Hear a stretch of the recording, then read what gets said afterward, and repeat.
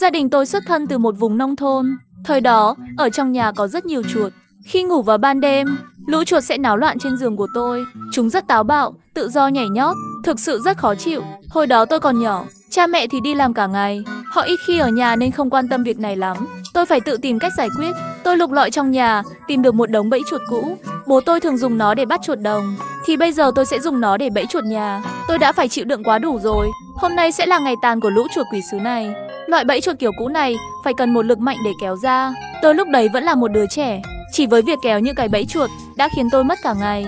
Tôi trộn một bát cơm nhỏ với muối ăn để làm mồi nhử. Vào buổi tối, đợi cho bố mẹ ngủ, tôi bắt đầu hành động. Đặt hết tất cả bẫy chuột ra phòng khách, đợi cho chuột dính bẫy. Sau đó đi ngủ yên lành, nghĩ rằng ngày mai tôi có thể bắt được rất nhiều chuột, khiến tôi rất phấn khích.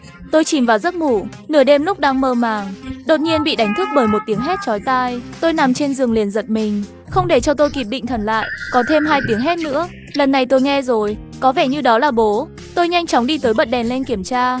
Mẹ cũng lao ra ngoài. Tôi thấy bố tôi nằm dưới đất với vẻ mặt đau đớn.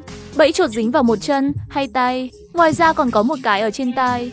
Bố run rẩy la hét. Lần này thì không xong rồi, không bắt được con chuột nào, lại bắt bố. Mẹ nhanh chóng chạy lại, phá cái bẫy chuột ở dưới chân bố. Nhưng còn ở 2 tay và tai thì mẹ không làm gì được. Chỉ vừa mới động nhẹ vào, bố đã hét lên như lợn chọc tiết. Đành phải đưa bố đến bệnh viện. Lúc này tay và tai bố đã bị thâm tím. Bác sĩ lấy ra một cái kềm cắt thép lớn, sau đó cắt bẫy chuột. Cuối cùng đã tháo được. Bác sĩ không khỏi tò mò và hỏi, làm sao mà bẫy chuột có thể dính vào tay được? Đây là lần đầu tiên tôi thấy trường hợp như thế này. Bố tôi kể lại sự việc. Ban đêm tôi thức dậy, đi vệ sinh không bật đèn sợ chói mắt. Vừa bước vào phòng khách, tôi đã dẫm phải một cái bẫy chuột. Cái bẫy chuột cắm thẳng vào ngón chân của tôi. Lúc đó không cảnh giác, nó khiến tôi đau đớn vô cùng. Tôi giật mình hét lên và ngã nhào xuống đất. Theo bản năng, tôi chống tay xuống. Tình cờ, 2 tay tôi lại đè vào cái bẫy chuột. Cái bẫy chuột lại cắm vào các ngón tay của tôi. Tôi đau đớn không chịu được, nằm xuống đất gần như ngất đi. Kết quả là đầu tôi lại bị đè xuống, tai cũng bị dính bẫy. Tôi lại hét thêm lần nữa. Lúc đó tôi không biết mình còn sống hay đã chết. Thật xúc động khi nghe lại câu chuyện của bố. Vì bố bị thương nặng nên may mắn là tôi đã thoát nạn. Do mẹ còn phải đi làm cả ngày, không về được. Là một người con hiếu thảo, tôi phải có trách nhiệm chăm bố. Đương nhiên rồi, không cần bàn cãi. Sáng hôm đó tôi đang chơi ngoài sân, nghe thấy ai đó gõ cửa. Ra xem, thì ra là dì Liên. Mẹ con có đi chợ gặp dì và gửi ít sườn với khoai từ. Con hãy cầm lấy cái túi này và cất vào tủ. Tối nay mẹ con về, sẽ nấu canh cho bố con tầm bổ. Tôi nghe lời, mang vào bếp cất. Thời đó sườn heo là một món xa xỉ.